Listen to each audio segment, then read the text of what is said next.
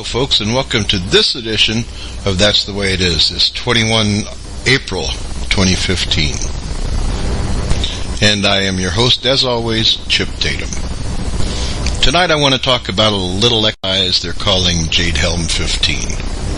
But first, let me explain exactly what a military exercise is and what they hope to gain by performing these exercises.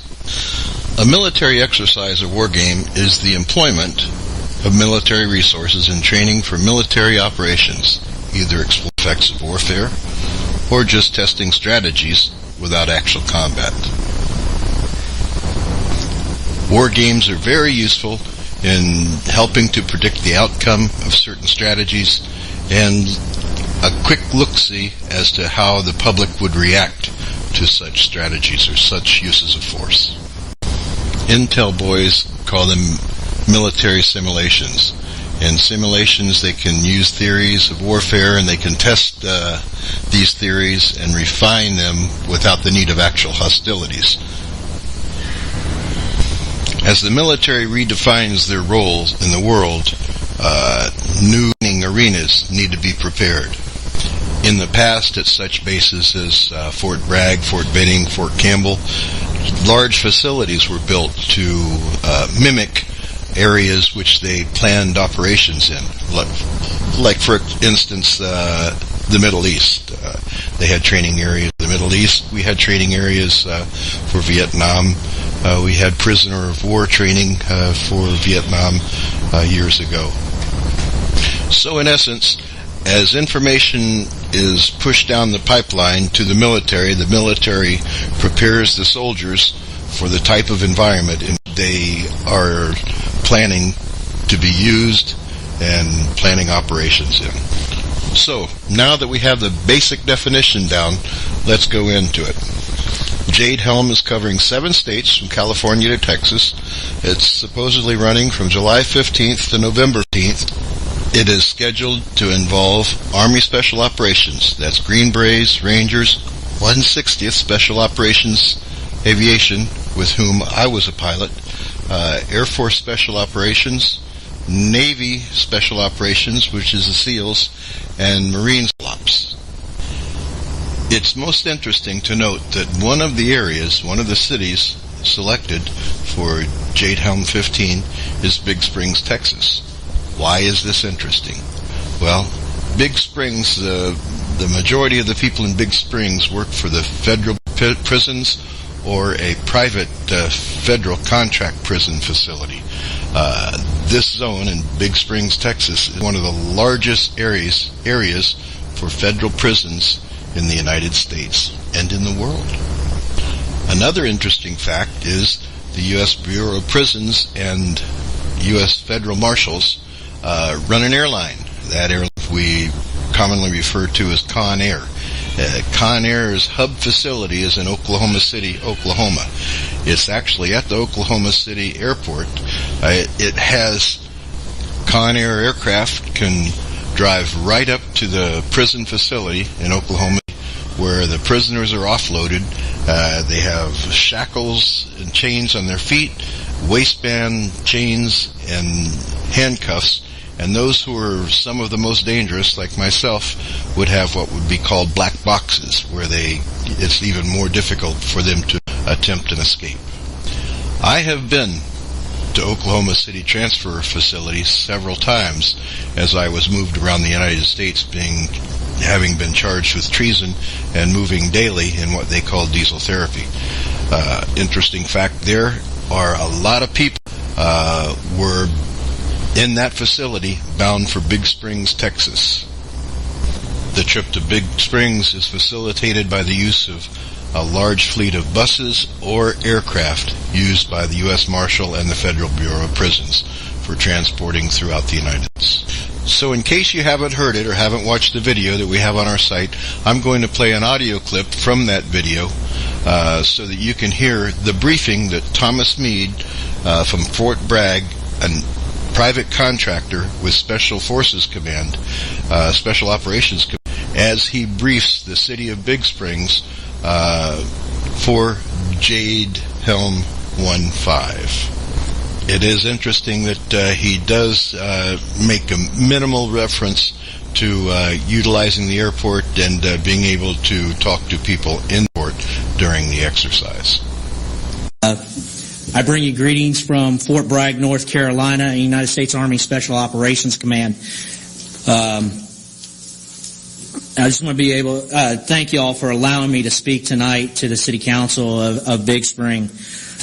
This is an honor for us to be here to address you and give you some information on the exercise that we'll be conducting this summer in Howard County. My name's Tom Meade. I'm a retired Special Forces Senior Non-Commissioned Officer. I spent 20 years in the Army. I spent 13 with Special Operations. I'm currently a contractor working for United States Army Special Operations Command as an operations planner and an exercise designer for the Jade Helm project. With me this evening I have Master Sergeant Tim Robinson. He's an active duty Green Beret with 3rd Special Forces Group out of Fort Bragg. Tim's helping us design this exercise to get it going, make sure it goes in the right direction. Okay, folks, me is a private contractor. You catch that? Private contractor. The military has gone a lot in several areas to private contractors, so keep an ear to this. It's very important. So my purpose here this evening is we are seeking written invitation and approval from local officials to conduct the realistic military training exercise within the jurisdiction of the city of Big Spring. Through the process, we're required, as I'm here tonight, is to receive to ask for a letter of invitation from local officials, inviting us into your community to allow us to train our soldiers for the next fight that they could encounter. We're not training for Afghanistan and Iraq, the things that we've done in the last 15 years. We're looking forward. We're looking forward. Where the hell are they looking at? They're looking in the streets of New York, streets of Dallas, the streets of Houston, the streets of L.A. They're looking for any dissident in the United States. That's the forward-looking plans. Agenda 21, Rex, the works. Let's listen a little more to what our briefer has to say. And we want to make sure that these guys are trained properly. This is where we need the help of the local communities. We coordinate with all the local, state, and federal law enforcement. We've already been and we've coordinated with the police chief here in Big. We've coordinated with Sheriff Parker already. We have coordinated up at DPS at the state level already. So everybody from a law enforcement aspect understands what the exercise is, and we want to make sure that we are completely plugged in with them to make sure they understand what's going on. The land use agreements that we do with the local public, we don't just come in to somebody's property and we won't trespass on somebody's property without the agreement of that landowner. The licensing agreement truly allows us, or it reliability from the landowner. And we do a full risk assessment and medical plan. We've already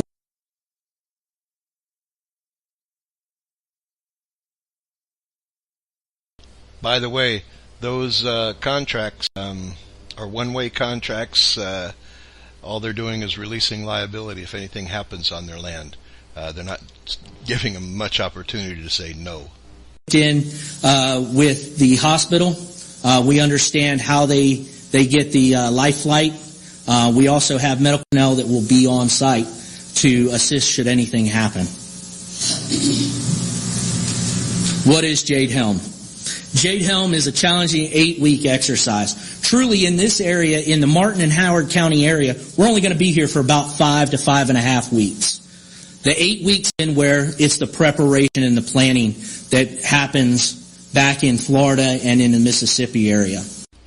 Only 5 weeks we're going to be in the area on military exercise. They're really getting acclimated, aren't they? That's good. The exercise is a joint military and interagency activity. What this means is we have members, or we have units from every military service participating in the exercise with us. And we also have some of our interagency partners, such as the FBI, the DEA, and some of the other agencies assisting us and working with us in the exercise. The exercise is going to be there you go, folks. Texas is the main bulk of the activity, I would tell you, and we are spread from east to west, north to south throughout the state of Texas. It is a Special Operations Command General Votel sponsored exercise to improve Special Operations Forces' ability to conduct unconventional warfare as part of the national security. The exercise will occur from July to September. What we see here in Martin and Howard County is the guys will come in about August 7th or so, and they'll depart somewhere about September 10th or so. Who's participating? As you can see, it's all of our special operators. United States Army Special Forces Command, the Green Berets.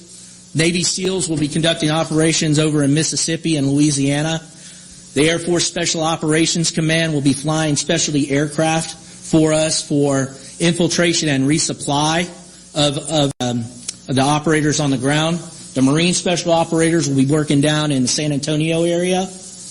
The 82nd Airborne Division will jump an entire battalion into Camp Bullis and take down targets inside Camp Bullis on a federal installation.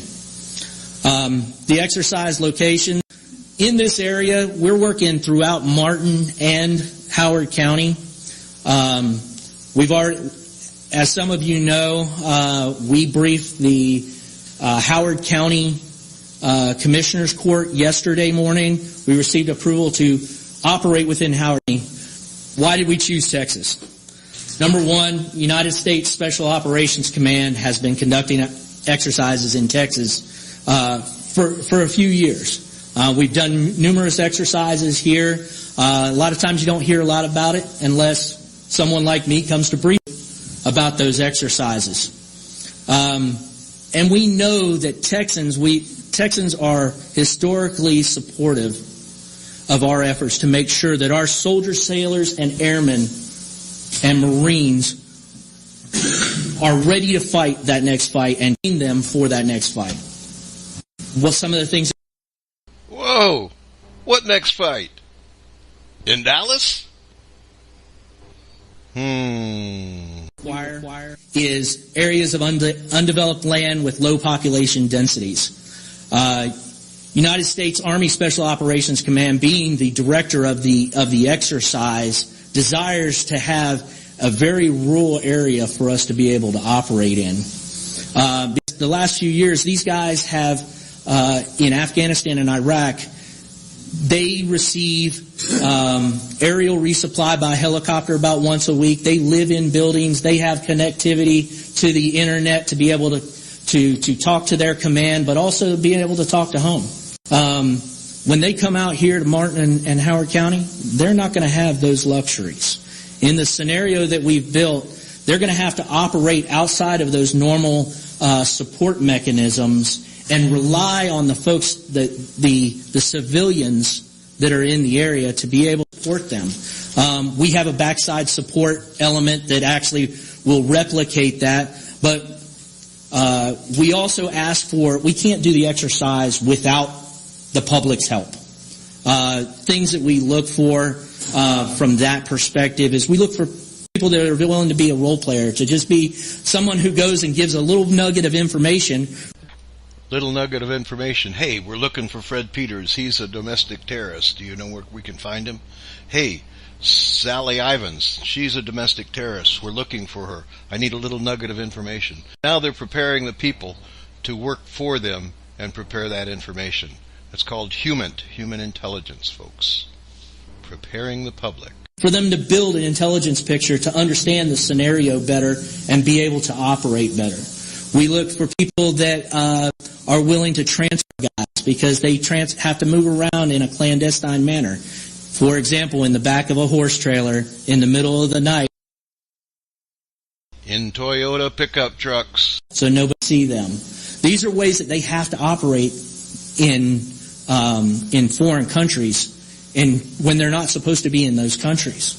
We also look for landowners and business owners who would be willing to allow us to, on a landowner perspective, to be able to use their land, maybe live on their land, or to use a barn or an old barn to be able to conduct a meeting in the middle of the night for them to do planning with a higher command. Interrogations, waterboarding in the barn. Shoppers to be able to use a back storeroom or a warehouse to do these types of meetings as well. They have to. I like the way they call them meetings, huh? Oh, you poor suckers out there. Ordinary citizens are the first ones to notice something that's different. And that, it causes them to have to be that much more careful. What can you expect? Now, understand that this slideshow is our standard slideshow that we use to brief the counties and these. Within the cities, you won't see most of this, I would tell you. For example, increased aircraft in the area at night. You'll see that out in the rural area. We have a resupply, an aerial drop that will occur, and then some paratroopers as well will jump into Martin County in early August. It won't happen within the city limits. But one of the most important things, and I know I've said it previously, is we too many power lines. It's a little dangerous. So they jump in a lot of night jumps too. Operate primarily at night to pick up the perps while they're sleeping. Activity. That way, they're able to answer constituent calls on that. The other thing that we do is we brief that prior to the activity going on. That way, the police chief can let the dispatch know that this is occurring, so that when they field phone calls from concerned citizens, they're able to. He wanted today to say disgruntled citizens. But that's not normally anything that's out of the ordinary in West Texas, from what I've seen, especially during hunting season.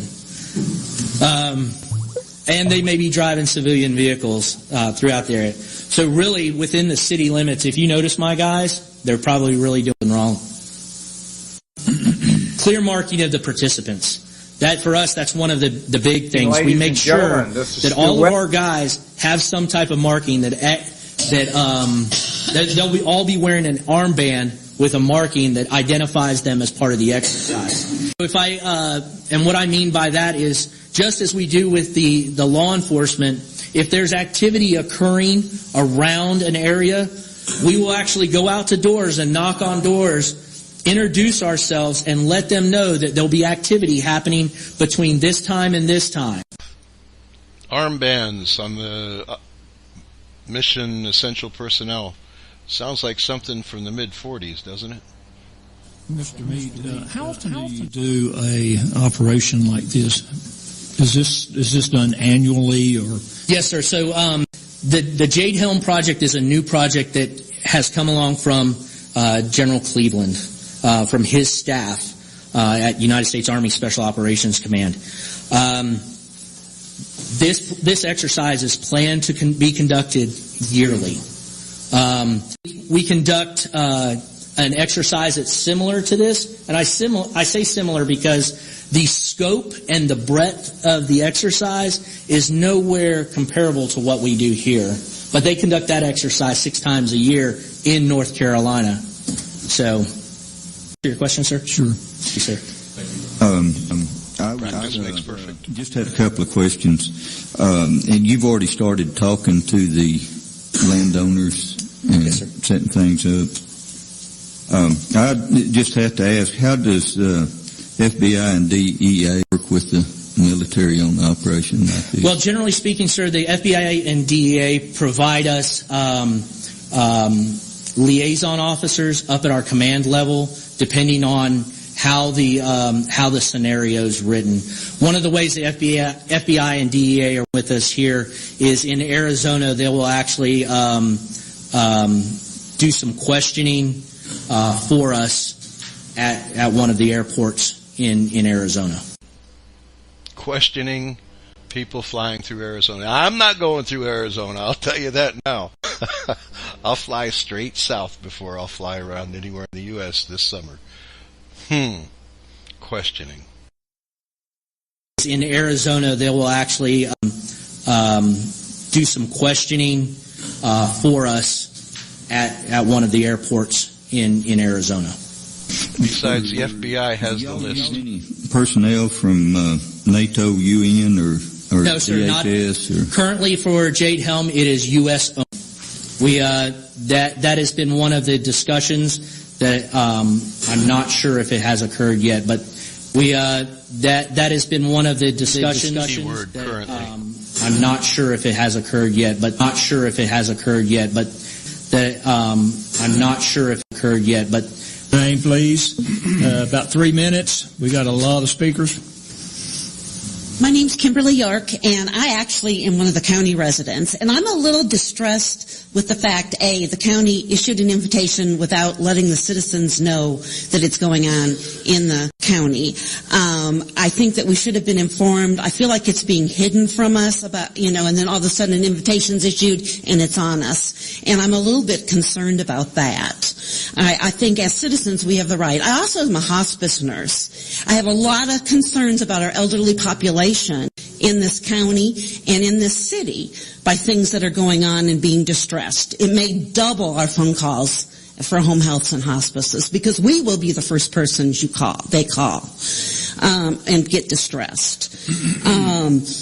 What the press is putting out is really different than what we're seeing here today. The press is telling us, oh, you're not going to hear about it, you're not going to see it, it's just not going to affect your lives. Well, what we're reading here is that it might affect our lives. And I think as citizens of this county, we should have a voice in whether that invitation is issued. I've got some real concerns. There's safeties for civilians. Why are we looking at safety issues if there's nothing to see here right now?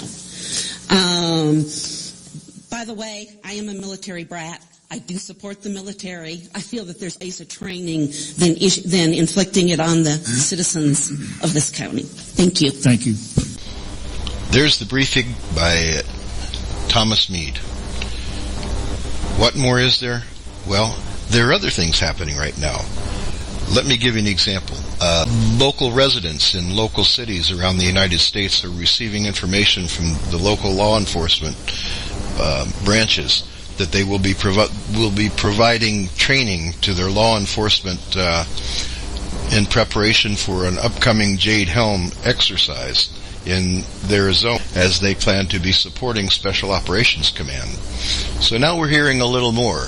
We heard Thomas Meade talk about the military side and who's involved there, and now we're hearing law enforcement talking about the law enforcement side and how they are training and putting themselves in a state of readiness to support Special Operations Command as into their zone. Here's an example how local communities are preparing their residents for these activities. Coral Springs, Florida. If you see unusual police activity in Coral Springs over the next 2 weeks, don't be alarmed.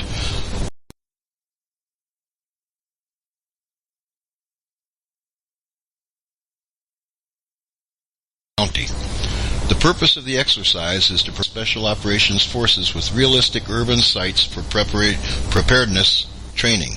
This routine training, I'm going to say it again, this routine training has been conducted by military personnel across the country. This routine training has been conducted by military personnel in cities across the country. So you're already getting a feeling that they've already been doing this very quietly in the past, and I'm going to talk about that in a second. The sites have been carefully selected to minimize the impact on a daily routine of residents and visitors.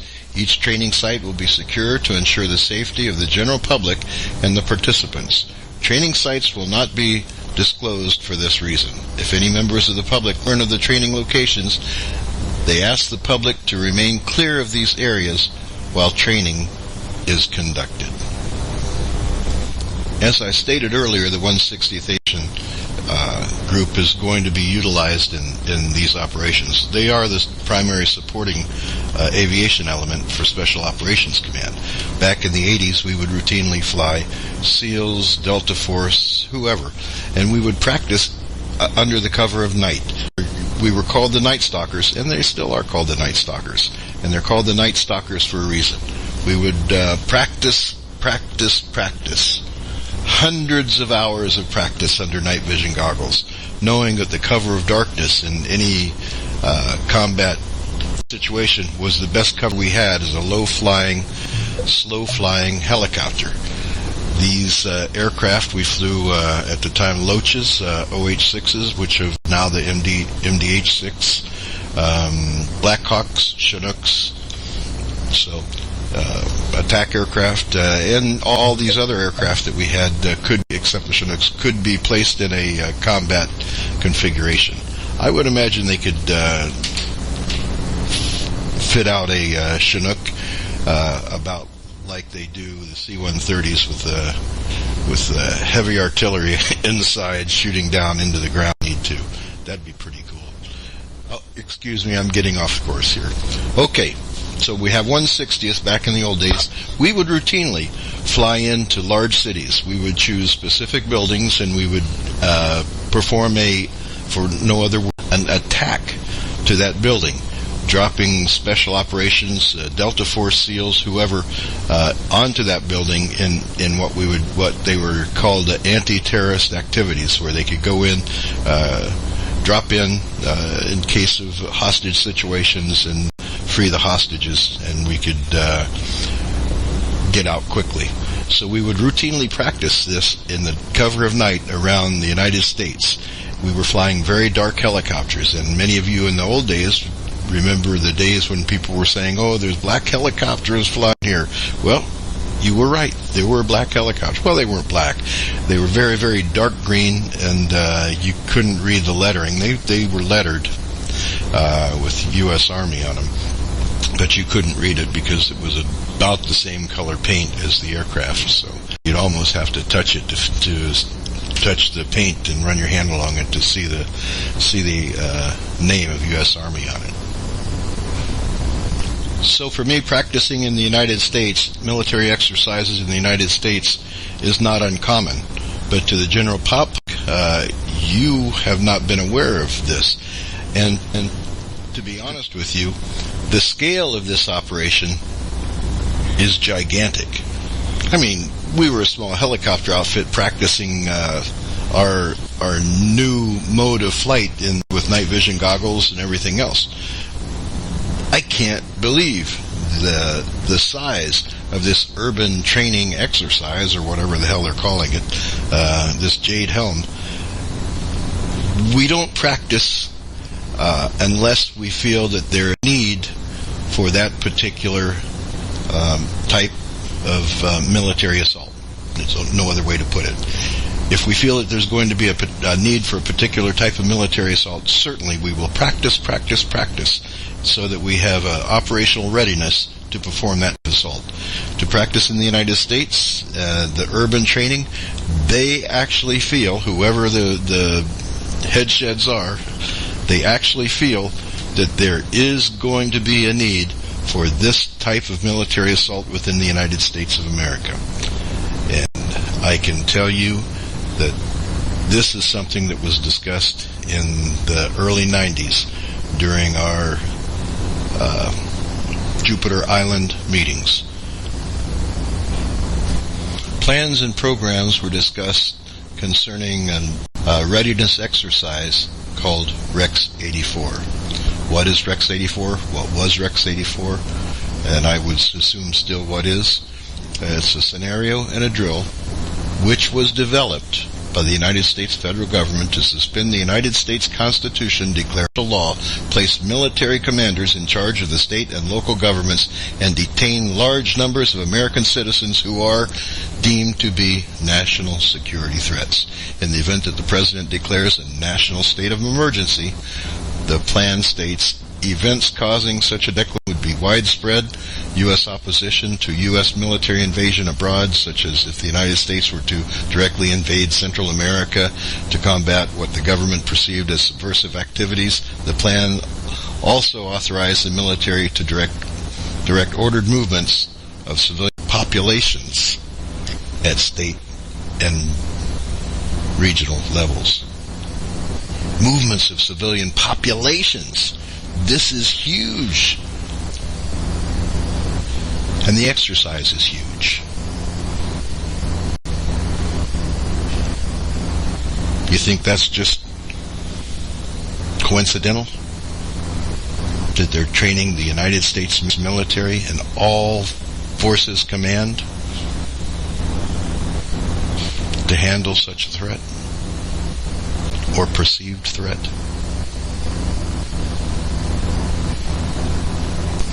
We need to be ready to take these people down, and quickly, no matter what the cost, said Oliver North during one of these meetings. He was one of the architects of Rex 84. During the Iran-Contra hearings in 1987, there's a recorded dialogue between Congressman Jack Brooks, Oliver North's attorney Brendan Sullivan, and Senator Daniel Inouye, the Democratic chair for the Joint Senate House Committee. Let's listen to this. Colonel North, in your work at the D.C., were you not assigned at one time to work on plans for the continuity of government in the event of a major disaster? Brendan Sullivan, North's counsel, agitatedly said, Mr. Chairman. Senator Inouye, I believe that question touches upon highly sensitive and classified area, so may I request that you not touch upon that? Congressman Brooks, I was particularly concerned, Mr. Chairman, because I read in Miami papers and several others that there had been a plan developed by that same agency, a contingency plan in the event of emergency that would suspend the American Constitution, and I was deeply concerned about it. And I wonder if that was an area in which he had worked. I believe that was, and I wanted to get this confirmation. Oye said, may I most respectfully request that matter not be touched upon at this stage. If we wish to get into this, I'm certain arrangements can be made for an executive session, executive session behind closed doors. Inouye, may I most respectfully request that matter not be touched upon. Exercise similar to Rex 84 have happened in the past and have happened since then and will happen in the future. For example, in 67 to 71, the FBI list of over 100,000 persons to be rounded up as subversives, dubbed the ADEX list. Now, do you not think that there continues to be a list of people that the federal government would love round up and place in an internment camp, such as, Big Springs, such as fusion centers around the United States? Many of the closed military installations have been reconstructed to provide fusion centers. These fusion centers in the past, explanations have been that, they're for illegals. Well, or dissenters. Let me add to that. Or dissenters. Many of these camps, and you can find them around the United States, folks. They're everywhere. We used to fly them. They seem to be closed, yet they have high security. They'll have fences around them. They'll have concertina wire around them, and they'll have police, military police, federal police on high guard. And if you drive up to one of the stations, you can bet you'll be visited very quickly.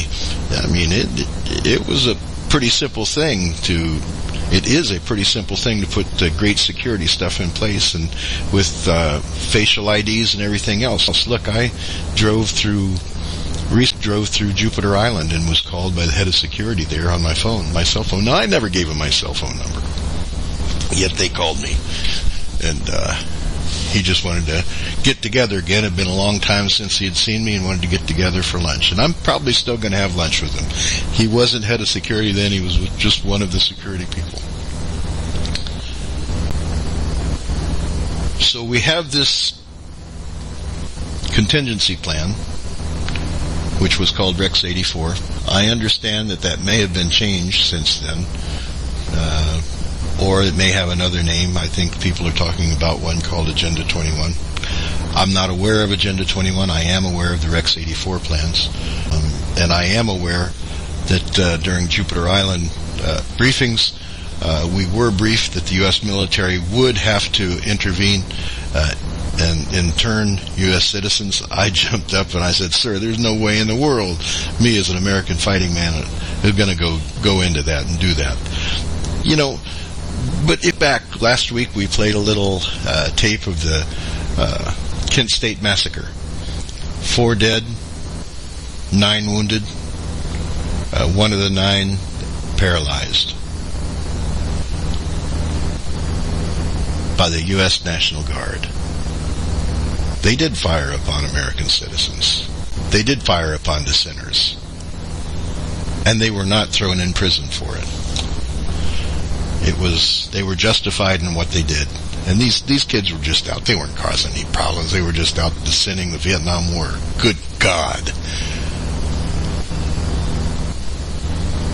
But during our contingency and planning meetings with the Enterprise,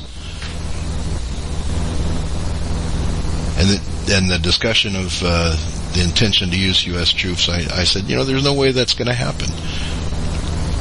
And I was told that there is a way that's going to happen, and it's none of my concern, is the way they put it. Sit down, shut up, Tatum. It's none of your concern. But they did go into it a little bit. He said, we're going to train our troops to work in this arena. It's that simple. It takes time, but it'll be done. And if you look at the way they've been trained and retrained since the 90s, we've been through police activities. Our combat operations troops have become international policemen around the world. So they are very adept at working in policing arenas. They are very good at what they do. Will they ever turn a rifle? Will they ever turn their weapon on a state citizen? I'll tell you what. If they're told that United States citizen is a domestic terrorist, and there seem to be things happening in the past that justify the existence of domestic terrorists in the United States, if you know what I mean. There have been several false flags. There have been several real instances too, but false flags too, where the definition of a domestic terrorist has been just in the minds of some. But the military boys are the military boys. They're going to do what their orders come down to do. On the whole, there are going to be some dissenters, and they'll end up joining the people in the internment camps.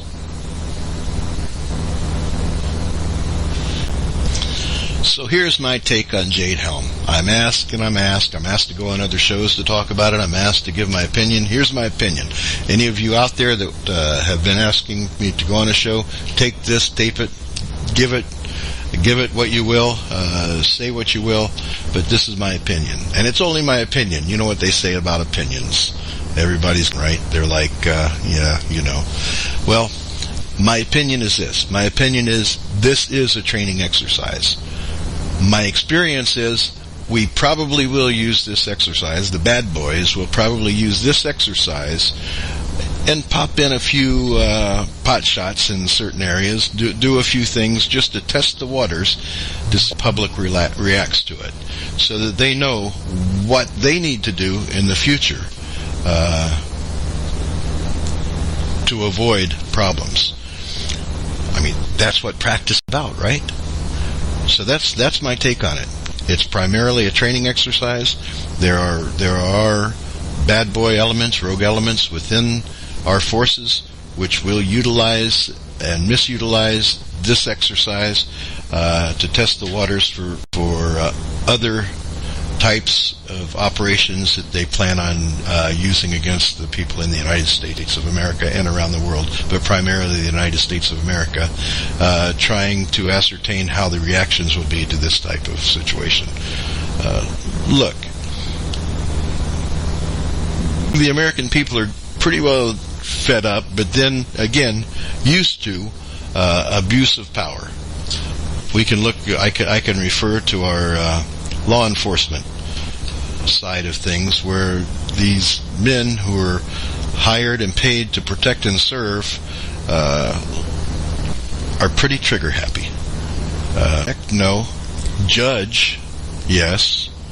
They give immediate judgments and pull the trigger, even on innocent people, even on unarmed people. Look, a woman in a car decides she doesn't want to stay for a traffic stop for whatever reason. She's not armed. She has kids in the car. The policeman pulls out his pistol as she leaves and unloads into the back of the car. What the hell's going on with that? People from other countries look at that and say, holy crap! What's going on in the United States today? Don't those people see what's going on there? Nothing like that ever happened in the country, they say. You know, we talked a little bit about the unrest and attacking Central America. You know, something of that could be going on right now in Central America. We have the Iranian situation, Yemen.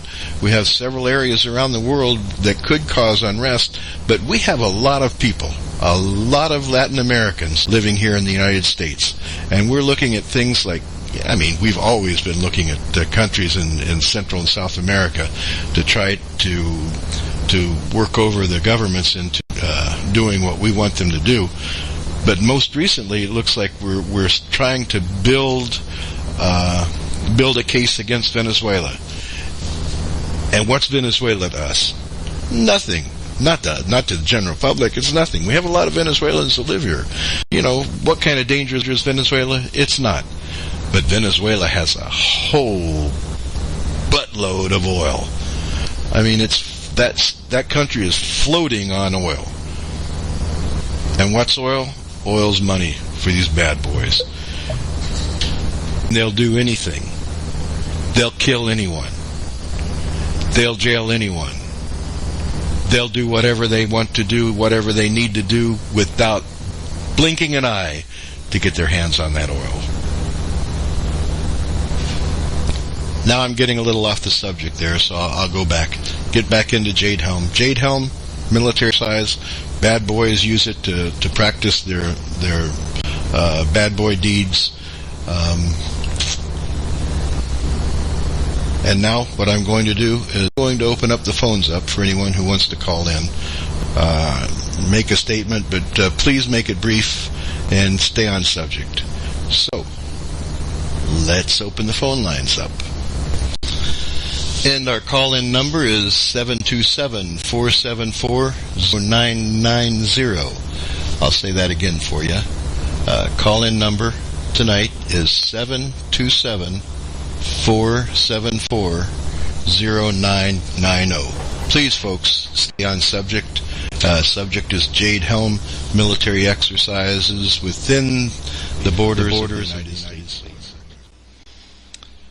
And before we go farther into that, I wanted to do one more thing. I want to play a little take for you from an interview we did with Major General Burt Stubblebine.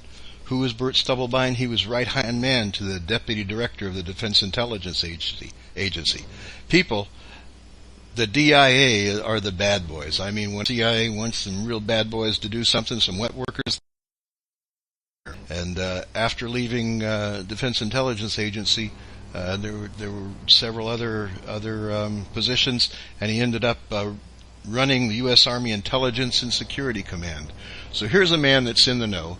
Here's a man that understands what these exercises are all about, and we're going to give a quick minute and a half listen to him. Thank you very much. Can I make a final comment before you open it up for calls? Go ahead, General. States are participating in Jade Helm, which is an exercise to suppress any... Thank you very much. Can I make a final comment before you open it up for calls? Go ahead, General. Are participating in Jade Helm, which is an exercise to suppress any and all resistance to the martial law that is on its way. Okay? Did you hear what I said? And all you veterans, I hope you're hearing me, because this is the exercise that precedes. In other words, they were getting ready to make sure that martial law was going to go through and be uninterrupted. And there were special forces or units that were specifically assigned to kill dissenters. Dissident leaders and dissenters. Yes. This is a forerunner for Agenda 21. Believe me, I'm talking to you, I'm looking at the intelligence, and I'm telling you the conclusion. I don't normally do that, but let me tell you, you see that, you know what's coming, and you know why. Heads up. Okay, there you go. Pretty well says it.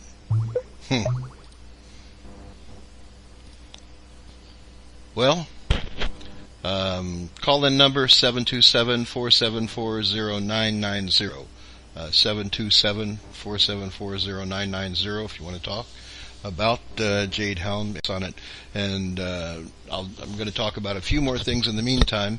In the past few weeks, people have seen a little taste of Jade Helm as the streets of Fort Lauderdale and Broward County were blocked off. Aircraft were flying in. If any of you have seen some of the videos, you'll see a Black Hawk and you'll see small aircraft. Those smaller aircraft were 1/60th Little Birds. I imagine the Black Hawks were 1/60th aircraft also, practicing their delivery and extrication of personnel. Very, very, very good and very difficult flying on our part to get in and out of these cities. You know, if you look at the cities and the streets, there's a lot of telephone lines. There's a lot of wire hanging. Some streets have you have to be careful because your blades, 60 foot width of blades, can mesh with something pretty quick and pretty easy. You come in too hot and heavy in a hot, and I imagine in the summer it's going to be even hotter with all that cement, all that no breezes back through in those back areas of the big cities. If they're going into the big cities with them, you'll see aircraft popping hard landings and everything else where they get called settling with power. But you did see, if you haven't looked at it, go to YouTube and type in Fort Lauderdale or Broward County helicopter training or military training, and you'll see that they've already started in some areas, and they have been doing this in areas around the United States. I remember one of the missions we took was into Atlantic City. What I loved about these missions, folks, is we got to stay in the best hotels in the world. I mean, we go into Atlantic City, we'd keep our helicopter on the helipad overnight up, we'd be comped a room, and we'd be given a couple $100 in chips for the night. Working for the mafia. It was good while it was good, but you pay for it in the long run, and I've paid dearly.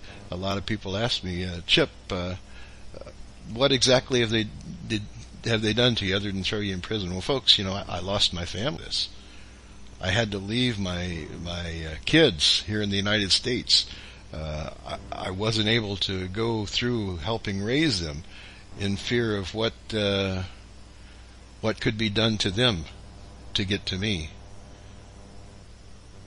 You don't walk away. And that's the truth, You see that, you guys see movies. I mean, everyone watches movies, and you see that stuff's based on something. Those movies are based on something.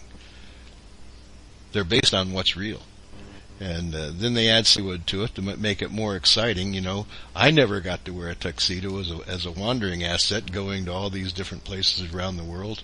I never had an Aston Martin to drive. And some of those fancy weapons they had, they didn't give me those. I had a 45, a Uzi, a Mini Mac, and a Mini Uzi. I used to walk with twin Mini Macs, holstered on each side when I'd fly in Honduras and in other areas. Only because, you know, you can't aim well with it, but boy, all those bullets flying keeps those guys' heads down. That's for sure.